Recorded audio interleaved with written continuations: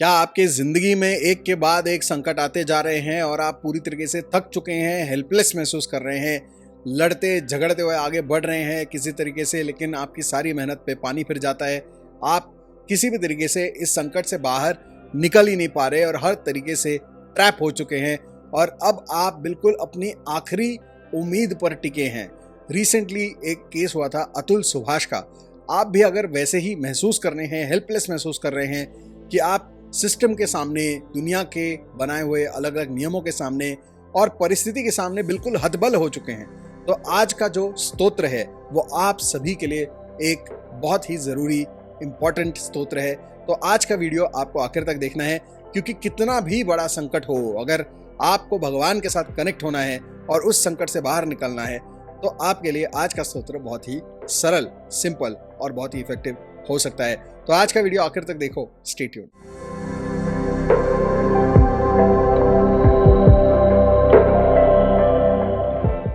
नमस्कार दोस्तों, स्वागत है आप सभी का on one more episode of outwitting the stars. आज हम बात करने वाले हैं गजेंद्र मोक्ष स्तोत्र के बारे में। ये एक ऐसा स्तोत्र है जो न केवल आध्यात्मिक दृष्टि से महत्वपूर्ण है, बल्कि ज्योतिषीय और जीवन की कई अन्य पहलुओं में भी गहरा प्रभाव डालता है। तो चलिए जानते हैं इसके बारे में विस्तार से। गजेंद्र मोक्ष की कथा जो आती है वो आती है श्रीमद् भागवत महापुराण के 8वें स्कंद में, और यहाँ पर गजेंद्र नामक हाथी और मगरमच्छ के बीच में संघर्ष दिखाया गया है। गजेंद्र एक शक्तिशाली हाथी है जो अपने झुंड के साथ सरोवर में पानी पीने के लिए और नहाने के लिए गया है, और सरोवर में एक मगरमच्छ गजेंद्र का पैर पकड़ लेता है। गजेंद्र मगरमच्छ से छुटकारा पाने के लिए अपनी पूरी ताकत लगाता है, लेकिन असफल रहता है। तब सारी की सारी उम्मीदें उसकी खत्म हो जाती हैं।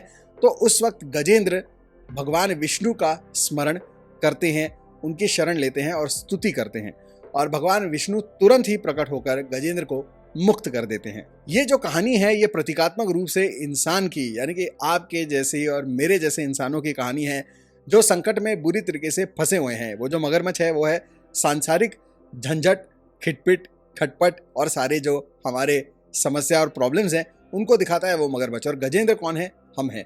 गजेंद्र क्यों? क्योंकि गजेंद्र कितना भी समस्या में हो, संकट में हो, आखिरी दम तक उसकी जो स्मरण शक्ति है, अपने भगवान को याद रखने की शक्ति है, और उसकी जो श्रद्धा है वो बिल्कुल हाथी के जैसी है, यानी कि बिल्कुल तगड़ी है, बलिष्ठ है, बलशाली है, विशाल है। और इसीलिए आखिरी समय में वो उम्मीद नहीं छोड़ता, वो भगवान विष्णु को याद करता है।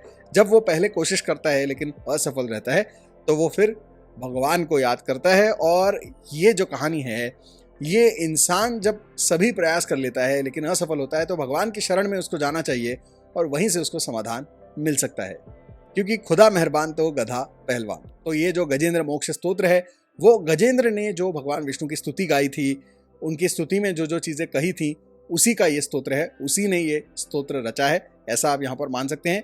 बेसिकली यहाँ पर भागवत महापुराण का ये एक भाग है, तो उसके रचयिता भी वही हैं जो भागवत महापुराण के हैं।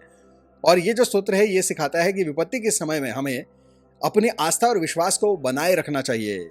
बहुत सारे लोग होते हैं जो विपत्ति में, संकट में, ज़रा सी संकट की बात होती है, ज़रा सा प्रॉब्लम आ जाता है तो लोग उम्मीद छोड़ देते हैं। और यहाँ पर यह कहा जा रहा है कि चाहे कितना ही बड़ा संकट आ जाए, आपको उम्मीद नहीं छोड़नी चाहिए, और विशेष करके अपना जो भगवान के ऊपर विश्वास और श्रद्धा है उसको आपको कभी भी नहीं छोड़ना चाहिए। भक्त और भगवान के संबंध को दर्शाता है ये स्तोत्र, जहाँ भगवान हमेशा अपने भक्तों की रक्षा के लिए तत्पर होते हैं। और हर शास्त्र में भगवान के बारे में ये कहा जाता है कि जो भगवान है वो कर्तुम अकर्तुम अन्यथा कर्तुम, यानी कि वो करने वाले भी वही हैं, और एक तरीके से आपको माया की वजह से ऐसा लगता है कि करने वाले आप हैं, लेकिन अल्टीमेटली करने वाले तो वही हैं। और वो स्मर्तगामी हैं। स्मर्तगामी का मतलब होता है कि जैसे ही भक्त पूरी शिद्दत के साथ भगवान को याद करते हैं, तो भगवान तुरंत स्वयं प्रकट हो जाते हैं कि रक्षा करने के लिए। तो इसीलिए आपका संकट कितना ही बड़ा हो, आपको कभी भी अपने भगवान से विश्वास टस से मस होने नहीं देना है। बिल्कुल विश्वास को दृढ़ बनाकर अपना काम करना है, भगवान को याद करना है, उपासना करनी है, गजेंद्र मोक्ष स्तोत्र का पाठ करना है। अब गजेंद्र मोक्ष स्तोत्र के क्या फायदे हो सकते हैं? सबसे पहले तो आध्यात्मिक शांति आपको मिल सकती है। इस स्तोत्र का पाठ करने से मन की शांति और स्थिरता जरूर मिलती है। दूसरा ये कि विपत्ति से मुक्ति, जैसा भी संकट हो, कितना भी बड़ा संकट हो, कोर्ट मैटर हो, शादी में प्रॉब्लम हो, पैसे का प्रॉब्लम हो या हो कोई भी ग्रह दोष, सारों के लिए आपको ये स्तोत्र जरूर लाभ देगा। ये स्तोत्र पढ़ने से आपके जीवन में कितनी ही कठिन परिस्थिति हो, आपको मार्गदर्शन मिलता रहेगा। उसके बाद नकारात्मकता का नाश, कितने भी नेगेटिव सिचुएशन हो, कितना भी माइंड नेगेटिव हो गया हो, आपको ये स्तोत्र जरूर पढ़ना चाहिए। जितनी भी नकारात्मक ऊर्जा है, विचार हैं, बुरी शक्तियां हैं, उन सारों से आपको छुटकारा मिल जाता है।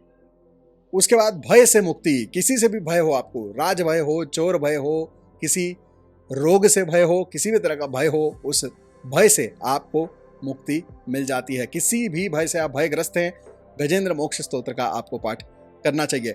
धन और समृद्धि की प्राप्ति भी आपको होती है। भगवान विष्णु की कृपा से जीवन में सुख समृद्धि तो आती ही है, क्योंकि भगवान विष्णु जहाँ आते हैं वहाँ माँ लक्ष्मी को आना ही पड़ता है। मतलब भले माँ लक्ष्मी अकेले कहीं ना आए, लेकिन अगर भगवान विष्णु कहीं हैं तो माँ लक्ष्मी को जरूर वहाँ पे आना ही आना है। तो इसी वजह से गजेंद्र मोक्ष स्तोत्र का पाठ करने से आपको आर्थिक लाभ और आर्थिक समस्या से छुटकारा भी मिलने में मदद मिलती है।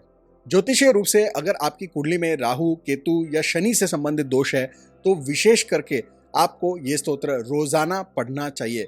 और अगर रोज नहीं पढ़ सकते तो कम से कम गुरुवार के दिन और एकादशी के दिन आपको इसका पाठ जरूर करना चाहिए, क्योंकि एकादशी का बहुत महत्व है वैष्णव संप्रदाय में, और इसीलिए आपको कम से कम अगर कुछ नहीं तो एकादशी के दिन इस स्तोत्र का पाठ जरूर करना चाहिए। राहु महादशा में बहुत सारे लोग डरते हैं कि क्या करना है, तो राहु महादशा के लिए भी विशेष रूप से गजेंद्र मोक्ष स्तोत्र बहुत ज़्यादा लाभदायक होता है। लाल किताब में जो है राहु का जो जानवर कहा गया है वो कहा गया है हाथी, और इसीलिए यहाँ पर अगर आप गजेंद्र मोक्ष स्तोत्र का पाठ करते हैं तो इसमें आपको एक सिंबॉलोजी नजर आएगी जो आपको बिल्कुल आपके जैसी लगेगी, कि जैसे राहु महादशा में आपकी परिस्थिति हो गई है, बिल्कुल वैसी ही परिस्थिति गजेंद्र की हो गई है, और इसीलिए आपको बचाने वाले भी सिर्फ भगवान विष्णु ही हो सकते हैं।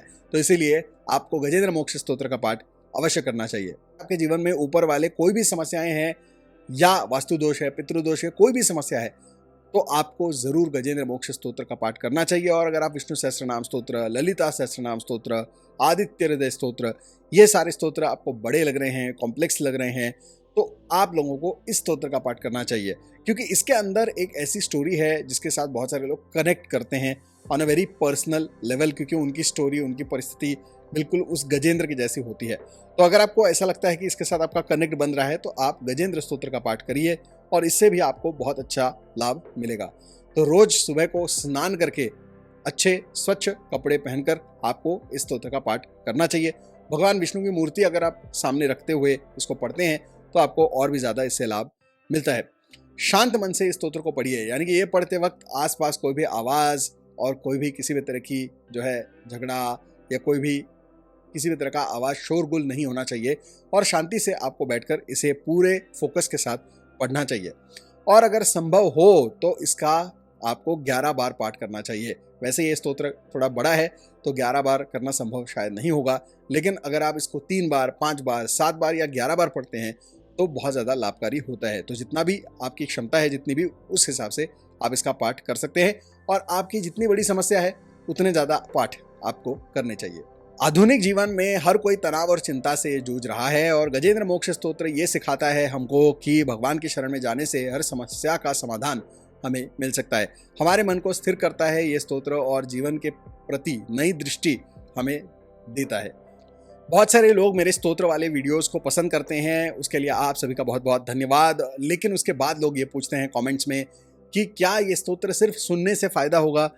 तो उन सभी लोगों के लिए मेरे पास भी एक सवाल है कि अगर आप भगवान को भोग लगाते हैं, उनकी प्रार्थना करते हैं, उपासना करते हैं, पूजा करते हैं, आरती करते हैं और मंत्र पढ़ते हैं, स्तोत्र पढ़ते हैं, उसके बाद क्या ठीक होगा कि भगवान सिर्फ आपकी जो गुहार है उसको सुने लेकिन कुछ करे नहीं? क्या ये ठीक होगा? क्या ठीक होगा कि भगवान सिर्फ आपको पूजा करते हुए देखें, खुश हों, हंसें और तालियां बजाएं, ना कि ये कि वो आपकी मदद करें? क्या आपको चलेगा? नहीं चलेगा। तो उसी प्रकार से आप सिर्फ सुनेंगे तो उससे फ़ायदा होगा क्या? बिल्कुल होगा। भगवान का नाम सुनने से, पढ़ने से, मन में दोहराने से हर तरीके से फ़ायदा होगा। लेकिन अगर आप पढ़ते हैं तो ज़्यादा फ़ायदा होगा, क्योंकि पढ़ने के लिए तो बना है स्तोत्र और मंत्र।